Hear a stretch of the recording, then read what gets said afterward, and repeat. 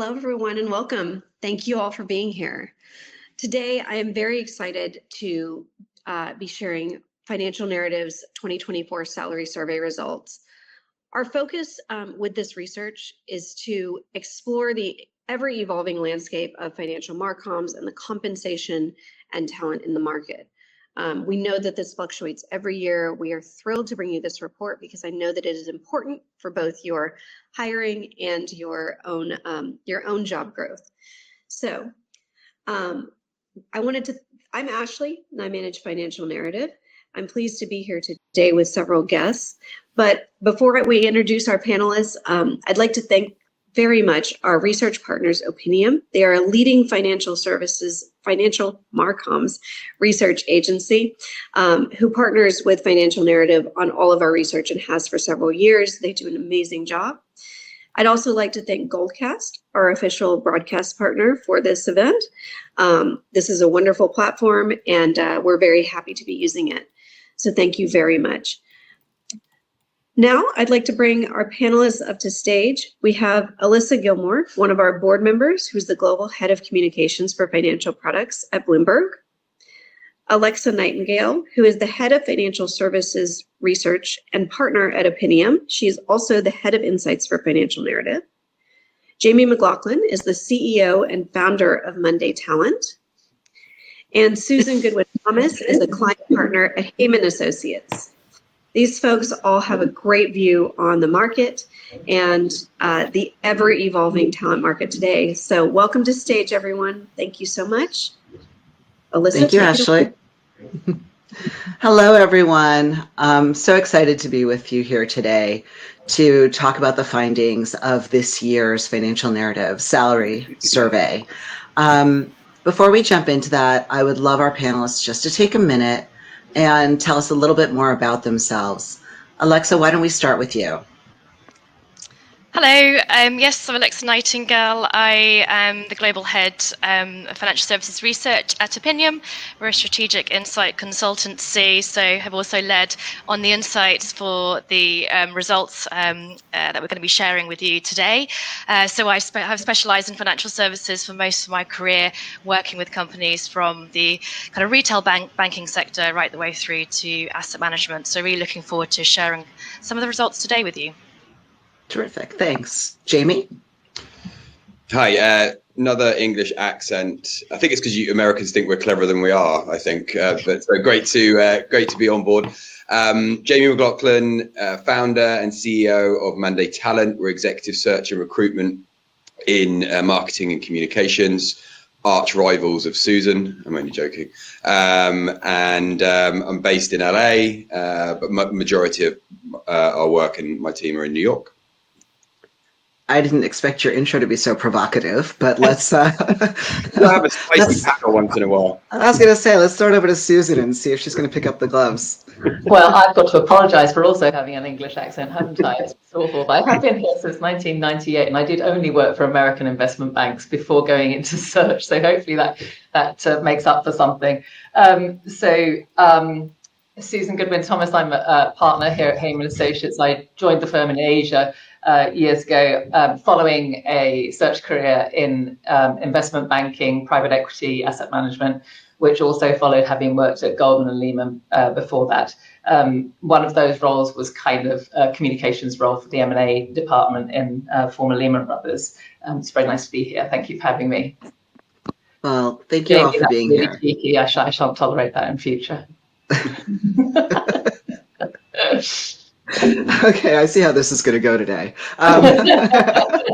He's never done that before. Great. I'm drinking a lot of caffeine at the moment. There you go. So let's channel this energy into talking about some of our findings. And I'm really excited because this is the third year that we've done this survey. And so, Alexa, this is really the first year that we've got some interesting trends that we can look at. If you would kick us off, talk a little bit more about how we structure the survey and some of the maybe compensation trends that we saw pop up this year. Yeah, sure. So just to give you a little bit of a background before we delve into the results. So we did an online study which was conducted in between August and September, and we spoke in total to 133 financial marcomms leaders. They were largely in the US and the UK, and they represented businesses across different sizes and sectors.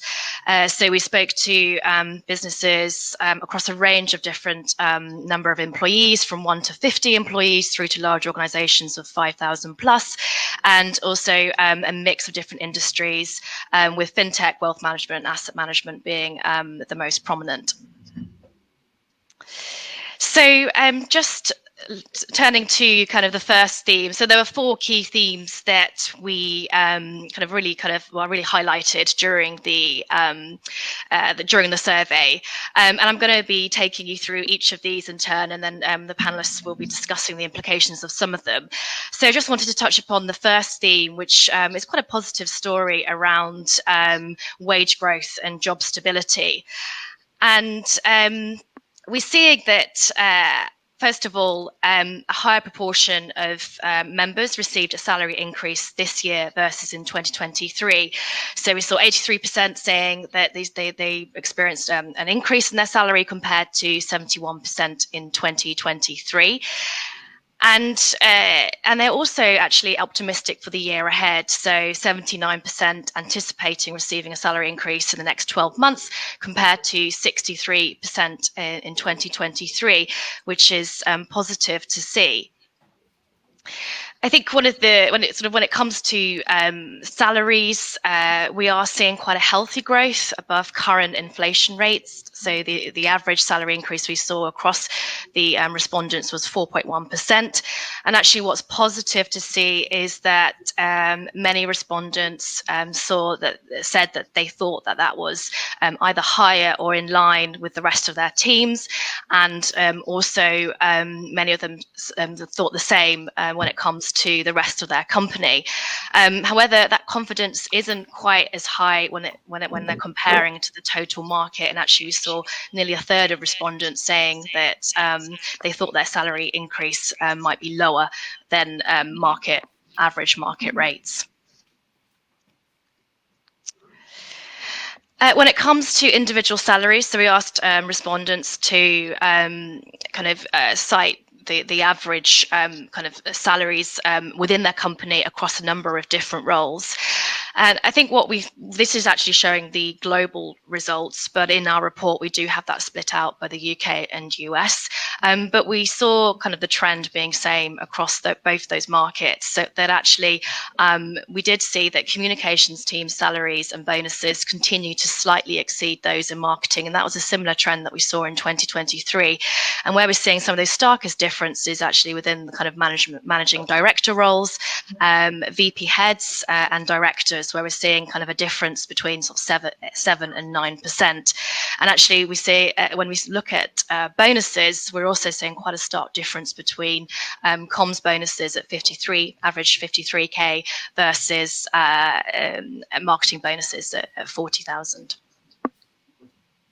And Alexa, that's consistent across the US and the UK? Yes, so we saw that difference particularly in the US, but that similar trend was also kind of apparent in the UK as well. Very interesting. Right. I think that's this section kind of wrapped up. Terrific. So Susan, maybe we can start with you. I'm interested to hear just the data that Alexa just shared with us, sort of align with what you're seeing in the real world, as far as trends in compensation, maybe across different sectors. Yeah, thank you. I think to some extent, yes, it depends on the level.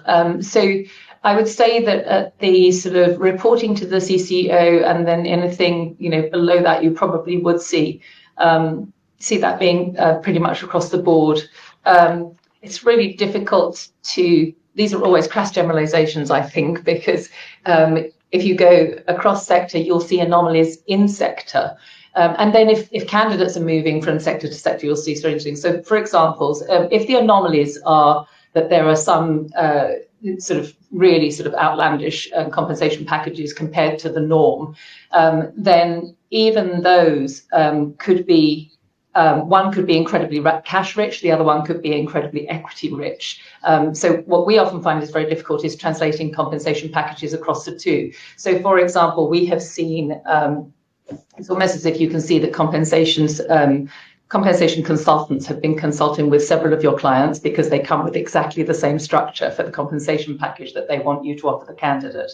And in one organization, there'll be a lot of flexibility around that. And in another, they will try to exact that new compensation structure on the candidate. And it's often thwarted if they're coming from a different compensation structure that doesn't work. So examples would be someone coming from agency going into, for example, an investment bank, where the person who's coming from agency had a cash-rich compensation package and now has to deal with a much lower base salary, much lower bonus, and that cash compensation lower than their total cash at the agency, and then now dealing with equity. Then, if you go from the investment bank into, for example, a fintech, you might find that that equity portion is going to be even higher, and there will be, excuse me, quite a lot of resistance from a candidate who has been used to a much higher cash compensation, or much higher proportion of cash in their compensation. So I'd say that those are the difficulties and anomalies of sort of moving across. And then on the whole, I think most people we're hearing are reasonably comfortable, reasonably happy, but there has also, this has been an employer's market this year. And so I would say that there are also circumstances where candidates have come to us and have enjoyed much greater compensation prior to coming and looking at roles this year, and have been willing actually to take lower compensation, to take roles that they might be smaller roles as well, but in some cases not. So as much as that might be the general norm, I think what I've just pointed to is we see everything. Got it. And Jamie, can you similarly add your perspective on what you're seeing? Yeah, Susan, I think Susan covered everything there. I mean, certainly, I think I was nodding away when she said it's been an employer's market this year. That's for sure. I think, like landlords in New York, I think they're taking revenge on what happened, prices lowering in 2021, even 2022. So I think it's certainly, we saw a lot of layoffs, particularly last year, which meant there was, there's probably more job seekers than opportunities out there. So we saw, we've definitely seen a flattening of salaries in 2023. That's probably what, and your data says that. And then, but I do feel as we're coming to the end of the year, there is definitely more confidence in the market, whether that's macro factors, lowering of interest rates, we're approaching an election. Probably shouldn't go down that path to discuss that, but certainly there's, I feel that. I mean, I was at a PR event last night, Diversity Action Alliance, and a lot of people are saying, agency and in-house communicators are saying that they're confident for a good Q4, and then 2025 is going to be a strong year. So hopefully, I'm a European socialist. I like to look after the little person. So hopefully, we can get some sort of a bit more parity in terms of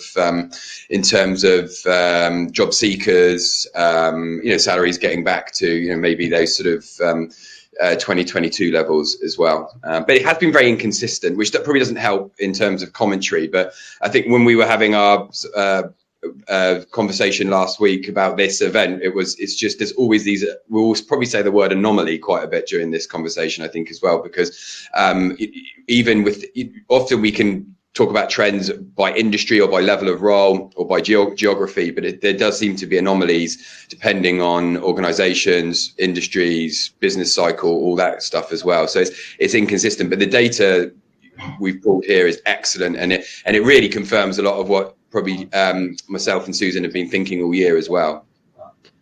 I think it's in one way fortunate that we started doing this sort of as we were coming out of the pandemic period, because it does seem that there was a real schism in the market there, right? And things have sort of reset, and they're still settling, right? Or unsettling, as the case may be. So taking the view of sort of the hiring organization for a moment, looking at some of these anomalies, right? Let's say I want to attract talent from a different sector, whether, you know, I'm in-house and I want to attract someone from an agency, or I'm an agency and I want to attract somebody who's been in nonprofit or whatever. What are the things that organizations should be looking to do to make sure that their compensation packages are more attractive, especially if this market is turning and job seekers are going to have a little bit more power in the coming year?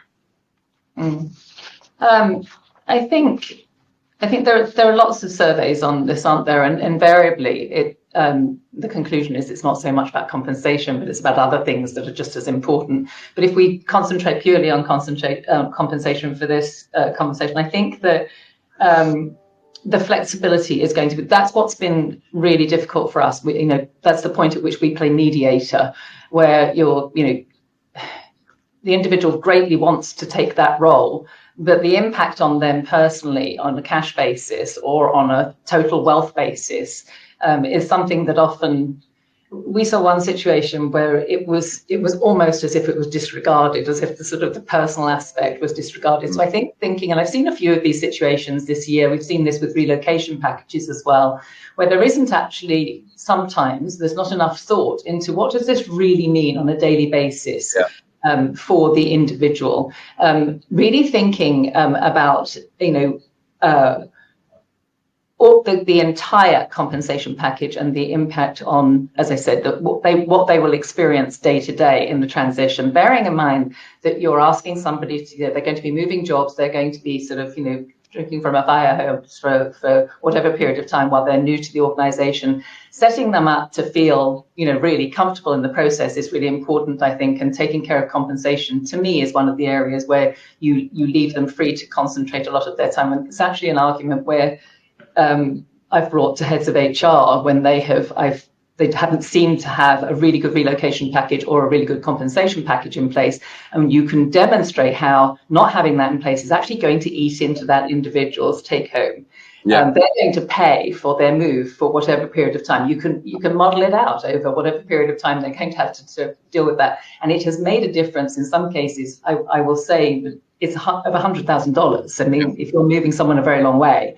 And then keeping them safe if there's a change of control, which wouldn't matter to anybody who wasn't going to have to relocate back to Colorado or wherever they came from. And I mean cross country, I don't mean internationally even. So being really thoughtful about those sorts of things, I think, are super important. And then I think when we're in the mediator's seat, I feel you would neither want a candidate to come to you, the employer, with a ridiculous ask. And so I think what we saw this year, I think because organizations were feeling so cost conscious and cautious, was really some fairly aggressive first offers that were way below what they had said before. I haven't seen that I want to say one of them, I've never seen anything like it. And in general, I haven't seen that often. Sorry, I'll have one thing. What we saw as well that employers were doing was coming in that sort of cost-conscious and cautious way with, we want the compensation to be here. And then we have had to work very hard this year to act as real consultants, saying that is not the market. And when we're looking for that super performer, the really high performer. So on the one hand, you're asking for the outlier in terms of performance. And on the other hand, you're saying, and the market says the compensation level is here. Could you please match the gap? Yeah. Yeah. So, those are the things that I think, let's be human about this. We've had to educate a lot of clients on that. I think they've read some headlines. You saw the layoffs. You heard about salaries, inflation being flat, and they're making these, I don't want to say crazy offers, but certainly crazy offers. And but to Susan's point, but they still want the caliber of talent, and we're like, well, they're still worth this just because you've read some headlines about it being a more client-driven market sort of thing. So I think there's that aspect of it, and then the flexibility. I think when you say flexibility, I think a lot of us just that means you just get a little bit more time at home. That means you can watch TV during the day, do your laundry, all that kind of stuff. But there is a real cost to flexibility, and people got used to that. Susan spoke about relocation, but flexibility is also, there's a cost to commuting, and I'm sure there's a lot of people who come in from New Jersey or Connecticut who know into New York who know how expensive it is to come into come into the city, and if you're a junior or taking down a smaller salary, that can have a big effect on things. And the same with childcare as well. So flexibility doesn't just mean it gives people time off, or or they're working less. There's actually a calculable cost to flexibility as well, which a lot of people became used to as well over when we were working from home. So there seems to be a little bit of a movement towards 5 days in the office now. I was judging for the Marketing Academy on Monday with a CMO of a very large tech company, and they just announced 5 days back in the office, and she just was like, my world is on fire at the moment. I need to because all her staff are just, what's happening. There were 3, then there were 4, and now they're 5 days in the office. So that the commuting, the flexibility aspect it has a financial knock on as well.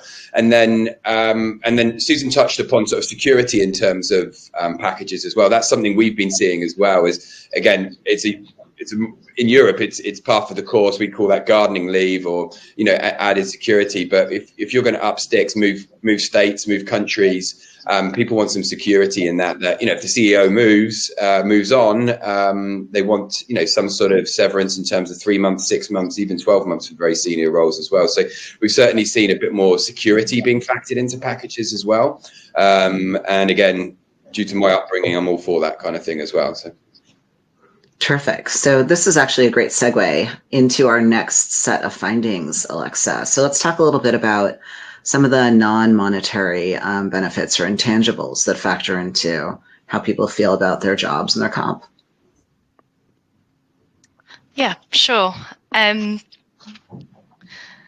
I think some of the points that you touched upon, Jamie, certainly kind of are borne out in our results of the survey, and flexible working does remain a key theme in 2024. So when asking kind of what are the most important factors when selecting an employer, apart from compensation and salary, we actually saw flexible working the joint second most important factor alongside corporate culture.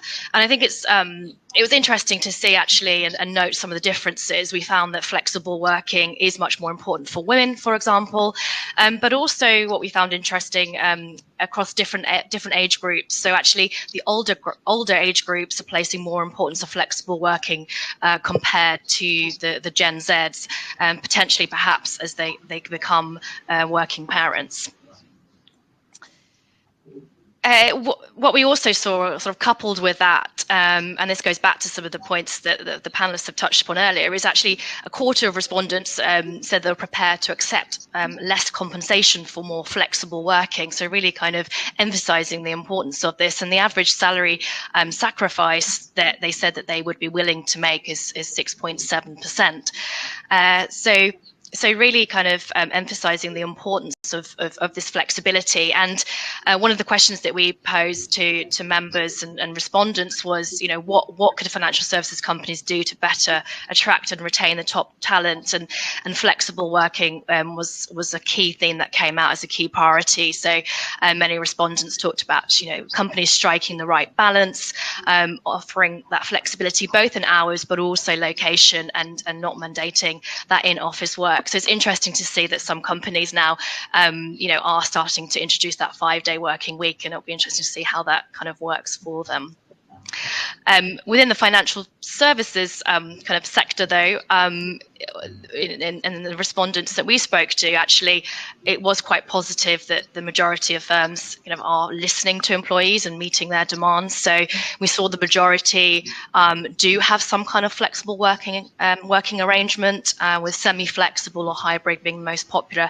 And actually only 14% of the respondents we spoke to had office-based kind of arrangement full-time. Yeah, that's really interesting. And I do wonder to some extent if that's because of the roles of our respondents. In marketing comms, potentially we have a little bit more flexibility in financial institutions than some of our colleagues who need to be sort of in the front office and on the front lines all the time. I find it interesting, Jamie, you were talking a little bit about sort of the monetary impact of flexibility. And it does seem from our stats that as people are considering maybe giving up some salary for some flexibility, that 6.7% number is really interesting to me, right? We looked earlier at sort of like the distinction between salary level growth and inflation, and that salary levels seem to be sort of outpacing inflation. But that 6.7 number signals that people are looking at it a little bit differently, maybe as a real inflation kind of accounting. Any thoughts on that? Like, why that number? Yeah, I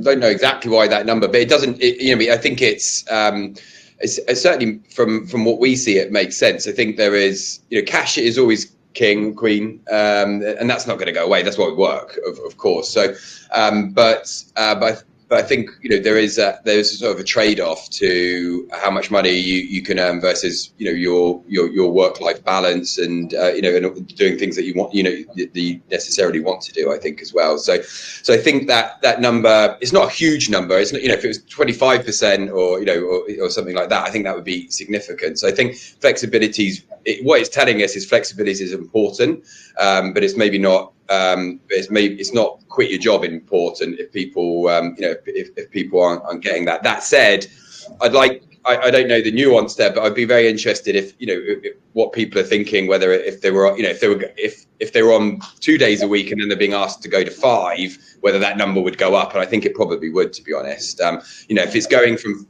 3 days in the office to 4, that's 5%. 5% of people would take the cut. But if it was going from 1 or 2 days to 4, to 5 days where you're completely on in the office, that number might go up, I think, as well. So there was sort of nuance there, and what people have been used to as well. But I think companies that have gone to 5 days will suffer, because I think the norm is going to be 3 or 4. And if we're talking agencies in the PR world, that's that's sort of 3, 4, and then with the on the corporate side of things, it's more around sort of 4-ish, I guess, as well. So I think if we go to 5, that could be difficult for attracting, retaining talent as well.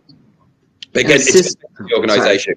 It depends on the organisation. Look, I can mention one of my clients because it worked fine. But we sat down with about a year and a half ago with Christian Dior, one of our clients, and they were like, "We're 5 days a week," and we're like, "I just don't think that's going to work." And they were like, "Well, we're Dior, darling, yes, it will." And we were proven incorrect, and it was 5 days a week. People are willing to work. So I think it depends on how great your brand is as well. That's the thing. So yeah, if you need to be competitive, I think 5 days is a struggle. But if you're the lead brand in your category, you can probably bring people back into the office. Yeah, and Susan, you've seen some of this in real life placement situations as well, right?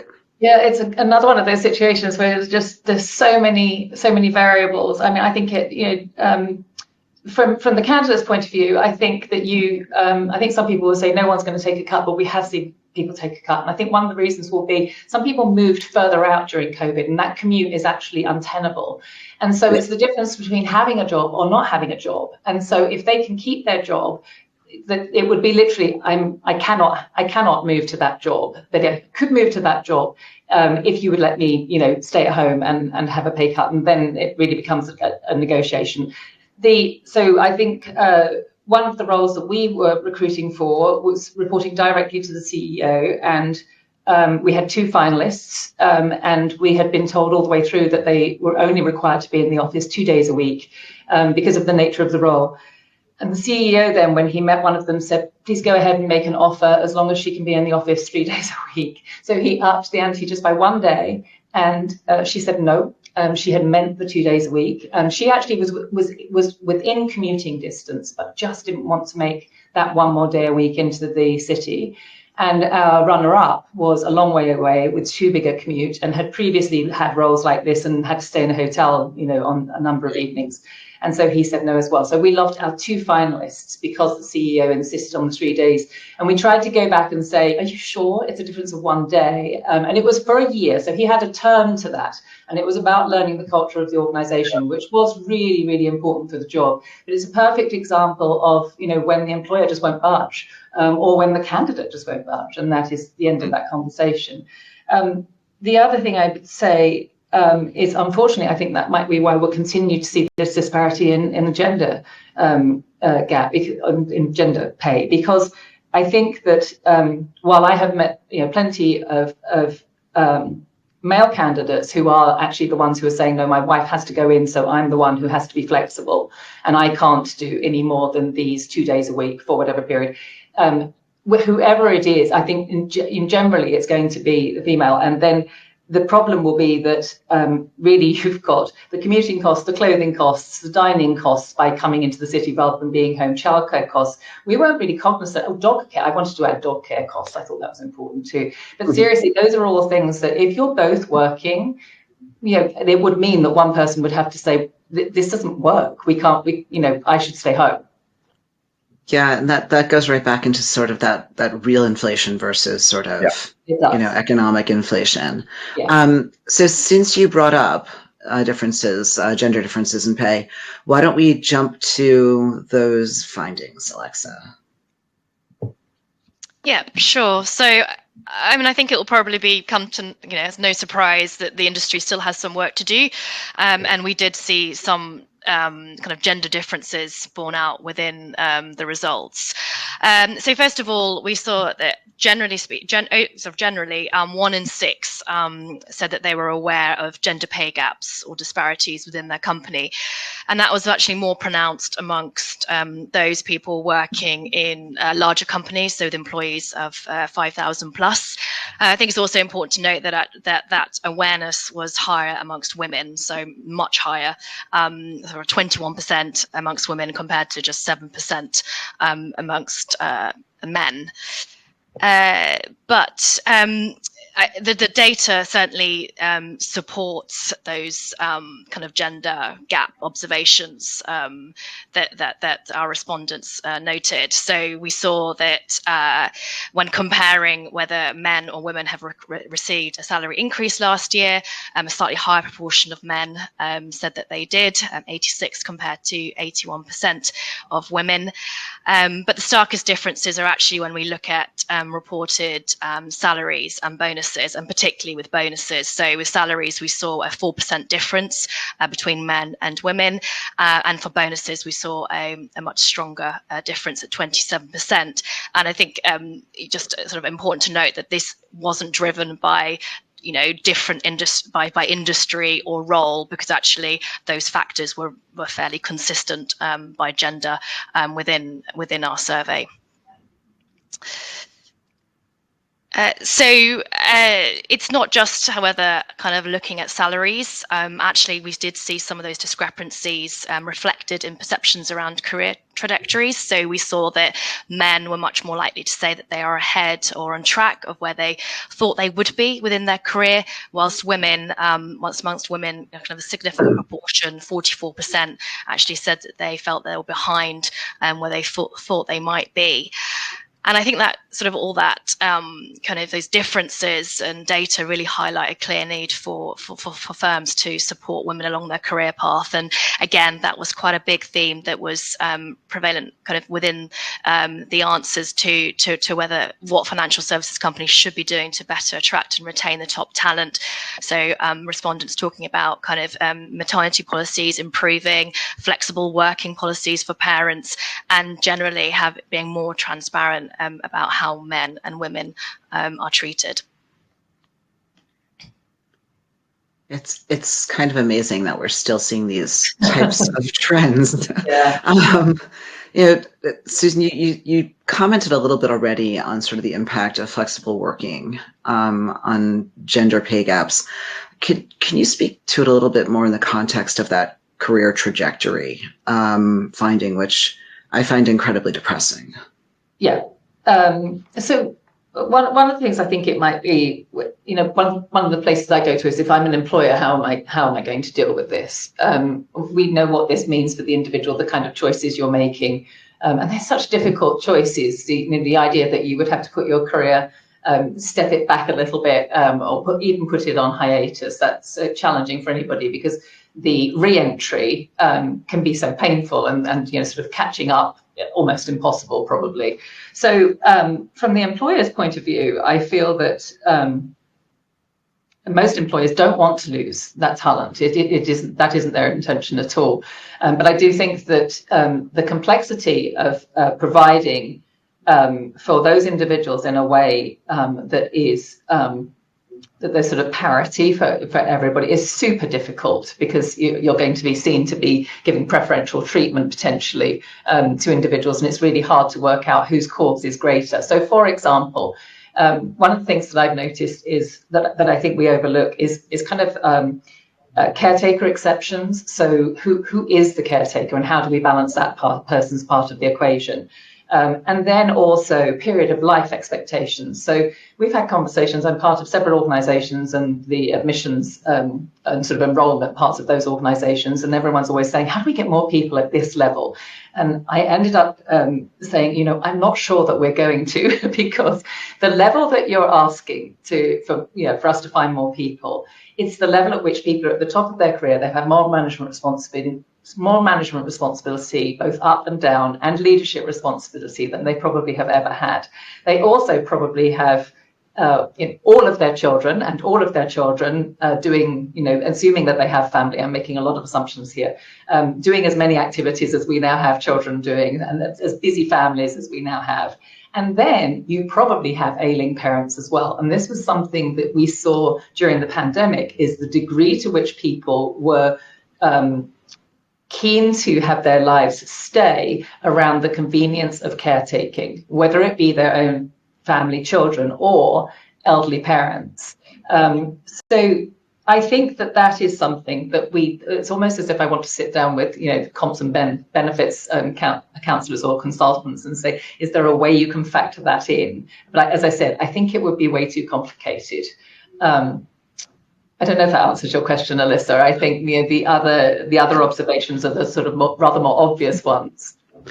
No, I think it does. I think, Alexa, maybe next year we also try to look at this by sort of like stage of career or generational differences. Jamie, thinking about like how our society is constructed, people at different stages of their careers, generational differences. Do you see anything in sort of like societal structures that you think continues to drive these gaps? I'm trying to sort of, I'm wanting to say like Gen Z is going to solve all the problems. It's all going to be great when they come through. But I just don't. I think unfortunately we have these sort of generational bias, and then putting emphasis on roles that within corporate structures whereby men get paid more. It's that simple, I think. And there's, I think we put a lot of more emphasis naturally on growth and sales, and often men take those roles. Not always. Again, we're generalizing here, so there's always nuance to this. But if we're talking generally, there's often we put in more emphasis on sales and growth roles, and often men take those roles. We talk about the caregiver aspect of things. We're in event season at the moment. I'm sure we're all got 200 things that we could go to in the fall, and often men turn up to those. So it's that propinquity. They're with their boss at events. They go to those dinners in the evenings. They stay out later. They go drinking. All these. It's nonsense, but it's all propinquity. It's your insight. You're in mind, and then I was laughing sarcastically at the men thinking they're doing better than they are, and women thinking they're behind in their jobs, because that's how men have been conditioned in the workplace to think as well. And men just simply ask or really demand pay rises and without supporting evidence, or it's just because they feel it's in their power to do so. So I just feel it's still shocking that we have these conversations, particularly in communications, which is women dominated. That's why it's very frustrating as well. So, but unfortunately, it doesn't feel like it's going away. But there's some very quick fixes for this as well. You can just salary transparency. You can have people at top of organisations just simply look at these things as well. But there is, as Susan said, there is nuance to this as well, and how we could factor that into packages, I don't know. But there is certainly nuance to it. But we just need to get better at it, really, I think. So there's an interesting question from the audience in the chat, and I would love us to dig into this real quick, right? So, I've also seen this reported that women are far less likely to apply for a role unless they think they meet all the stated criteria, whereas, men feel, more comfortable sort of wading in with, 6 of the 10 stated criteria, right? Or whatever it is. So can you both share a little bit of your thoughts on this challenge and maybe the impact that has on pay gap or career trajectory gaps? Yeah, I mean, I can tell you that now because my inbox is full of job applications, and it's like, you can see it just a trend, men applying, 25-year-old men applying for chief communications officer roles because they've seen them online, sort of thing. So yeah, it's absolutely that is what Kate has said there. It's a fact, and it's not going away. I think men will take on a job, and again, I'm generalizing here massively, but I'll figure it out. Whereas women, want to prepare and be ready and tickle those boxes. I mean, the real advice is that men should do what women do. Really, we shouldn't say women should do what men do, because you want people applying for jobs that they're correct for. However, men aren't going to change. So I think women, it should be they have that confidence to apply for roles that are in front of them, that they might not tick all the boxes. So I think because I don't think men are going to come down, so we need women to come up. From my perspective. But Susan, did you tell us a story about writing an email, or was it Alexa who told us that? I did. I told that story because I think that's brilliant. I actually told it. I was at Southwest Airlines last week, and I told the story because I thought so please tell that. I think that story is a great example of it, to be honest. So what Jamie's referring to is a time when I thought that I had been, I had a all-male C-suite, and I was given my bonus number, and I said, well, I think that's quite a lot short. Well, I looked at it and I thought it was short. So I wrote an email, and before I sent the email, I decided to run the email past my ex-husband. And I said, could you turn this into boy talk for me? Because it's going to go to Jonathan and Peter.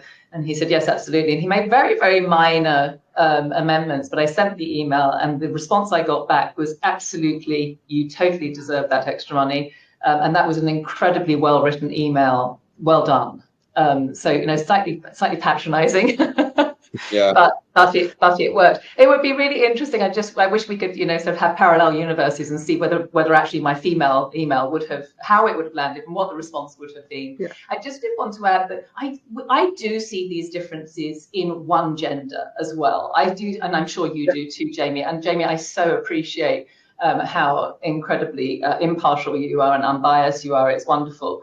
But I do think it's in character. It's coming. And maybe I hear what you say as well, but do we want more women to be like that? No, we just want truthfulness. We just want to meet ourselves where we are, and for employers to meet candidates where we are. And somebody else put in a chat. It comes either way. If either party is going to come to the conversation without truthfulness and really some serious humanity, it will take longer. Yeah. Yeah, no, the games we play, right? I mean, it's so just back to what Susan was saying and if you don't have an ex-husband that can write a nasty email, I was telling him you can use AI, genuinely, like use AI, put it in and say, please write this as an overconfident middle-aged white guy, and see what it comes back with, because I know people have had a lot of success, maybe not with that specific example, but just using that, because you can ask for tone, you can ask for approach, and you don't need to take it verbatim, but you can certainly maybe pull down some ideas from that as well. But honestly, it shouldn't have to come to you writing an email to your boss saying why, I deserve better. But that's for another time to talk about the writing. And I think we could literally spend an entire hour on the gender pay gap stuff, and maybe that's something that we should do in the future.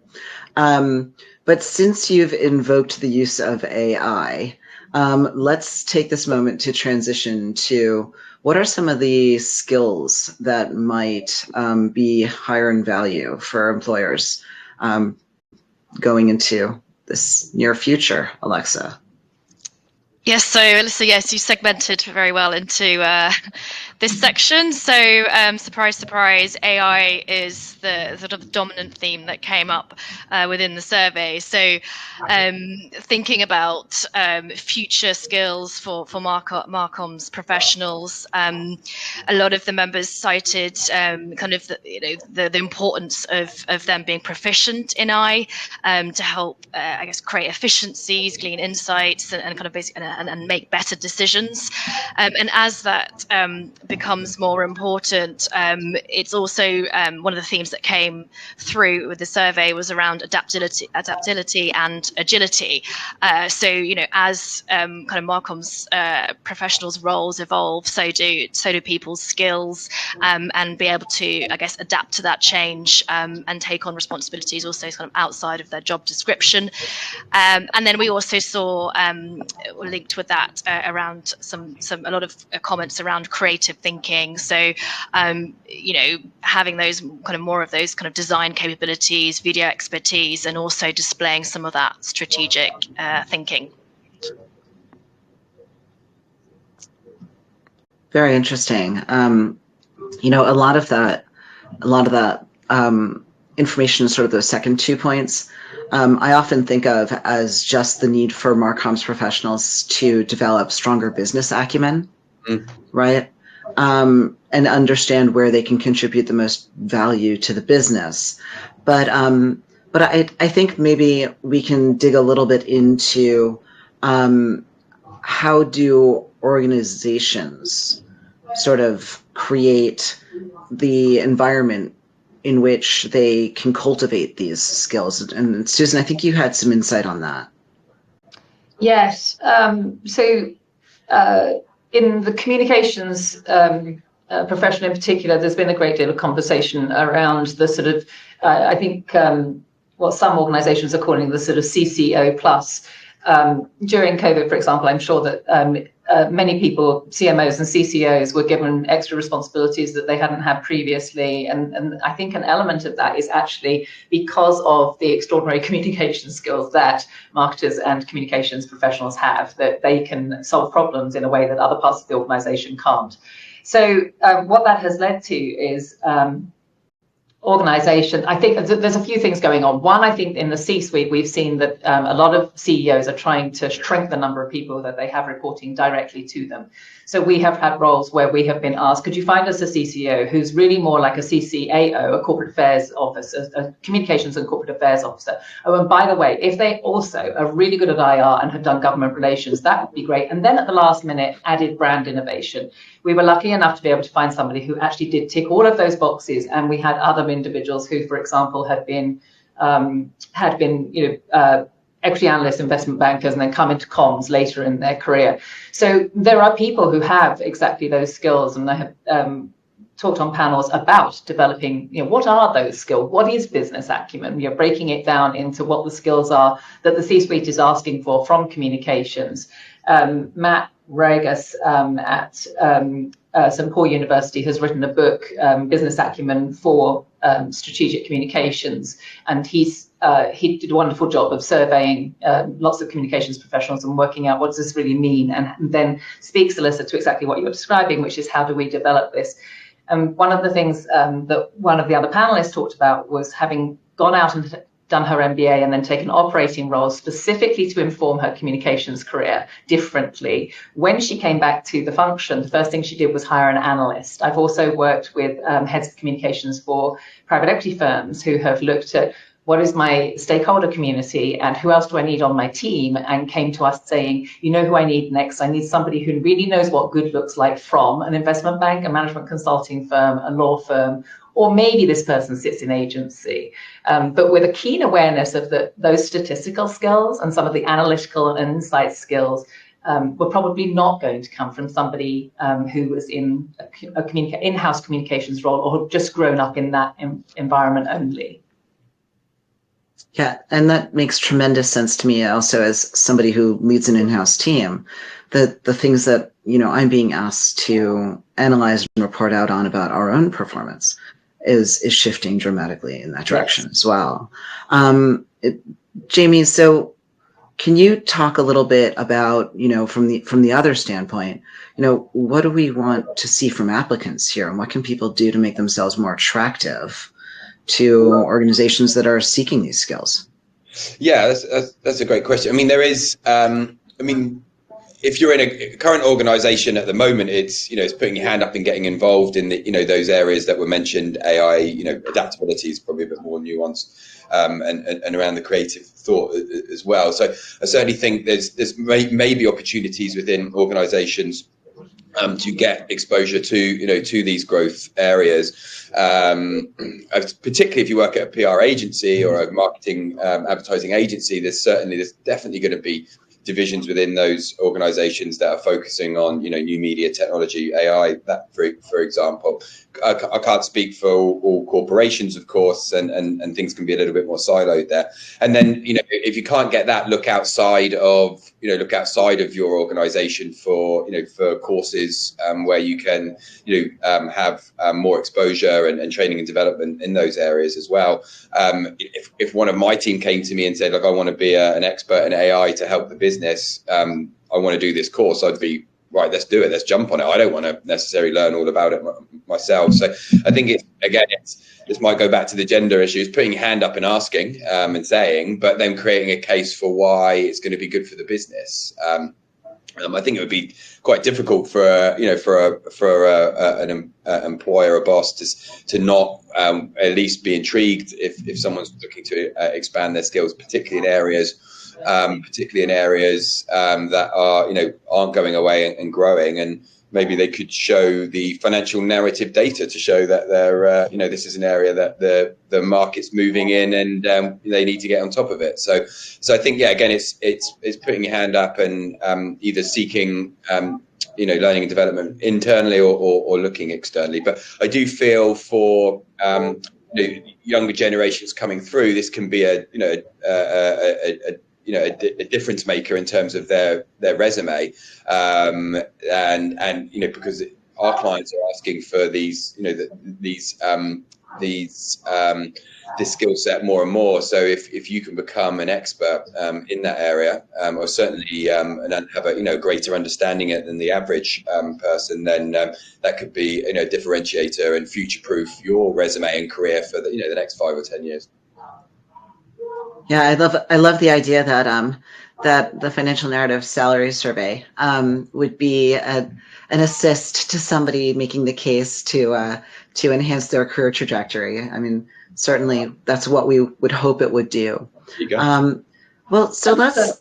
Oh yeah, no, go ahead, please. One other thing I wanted to mention that we've talked about with CCOs is the idea of actually, so to the extent that this is going to be even more of a demand in the future, is to actually look at teams and work out whether you could have them rotate through companies in the sort of old-fashioned training program. Because I think communications, at the point where there's more communicators reporting to the CEO, then hopefully that now they will be able to fight for, listen, we need more of the people who are going to be the future CCOs to have more of this incredible vision across the whole organization. So the argument is, Tim Fraser makes this argument that there is no other role in the C-suite that looks horizontally across the whole organization other than the CEO. And so while every other member of the C-suite, I think, is being demanded to go beyond a singular focus, I think that we're hearing from the consultants especially for financial services, that they're looking at sort of, well, can't the CMO also be the head of strategy, and can't the CFO also do whatever? So I think that's that whole thing about shrinking the number of people reporting to the CEO. But I think that at the bottom end of this is, what are we doing for the future, for the careers of those individuals who are growing up in this profession, from whom much more is going to be demanded in future than was demanded previously. Yeah, it's daunting. I actually feel like this is a whole area that we could dig into quite a bit more. Ashley, we're going to have multiple webinars on this stuff. But let's take a moment and hear from our audience. I have one question here that we'll start with. When applying for a job that does not tick all the boxes, but most of them, how do you overcome those gaps or get past the gatekeeper, right? And I think, Susan, you alluded to the fact that there's some gameplay. It would be nice if we could all just be honest. But if we have to play the game, how do you recommend people play it? So this is really interesting. This is where, if you have, if you have a search term involved, it's infinitely easier for both sides, I think, because there's a translation and interpretation of skills and attributes that can be discussed on either side. If you do not, it is incredibly difficult. And the only trick that I have come up with is, and I do try to, I'd be interested, Jamie, to hear if you do the same thing, but I think, we try to counsel candidates for, making sure that they're successful, but also counsel our hiring teams to make sure that they're successful and not missing out on talent by being too sort of, this person doesn't fit in the box exactly. And taking titles out of the equation and thinking really carefully about, well, what does this person actually do? So I think I shared the anecdote that I have worked with global heads of HR who've been the beginning screeners for senior roles.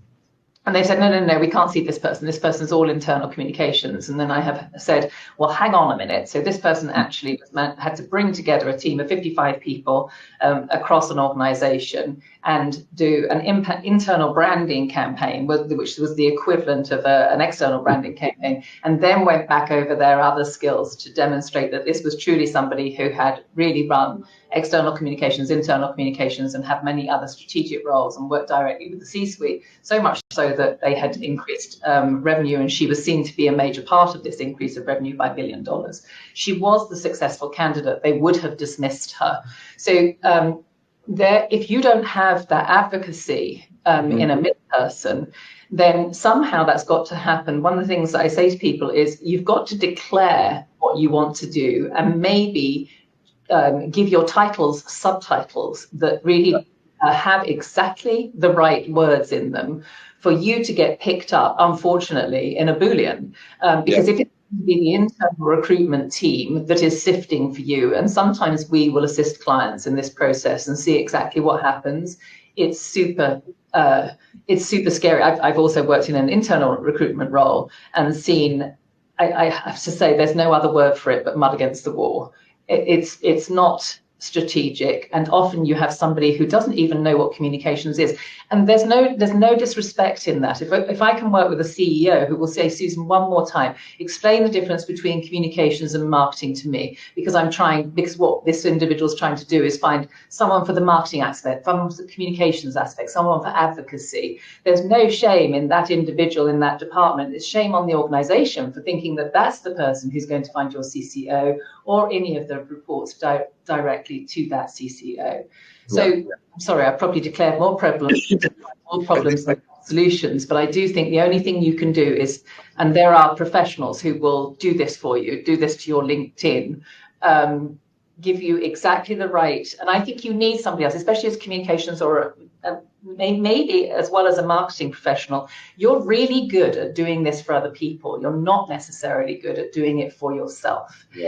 So get somebody else to work with you on, how does my resume come across? How does my LinkedIn work when someone's searching? Will I be found? And it might have to go in the about. If it isn't something you've already done, it might have to be what I want to do next. They won't pick up the what I want to do next, but they will pick up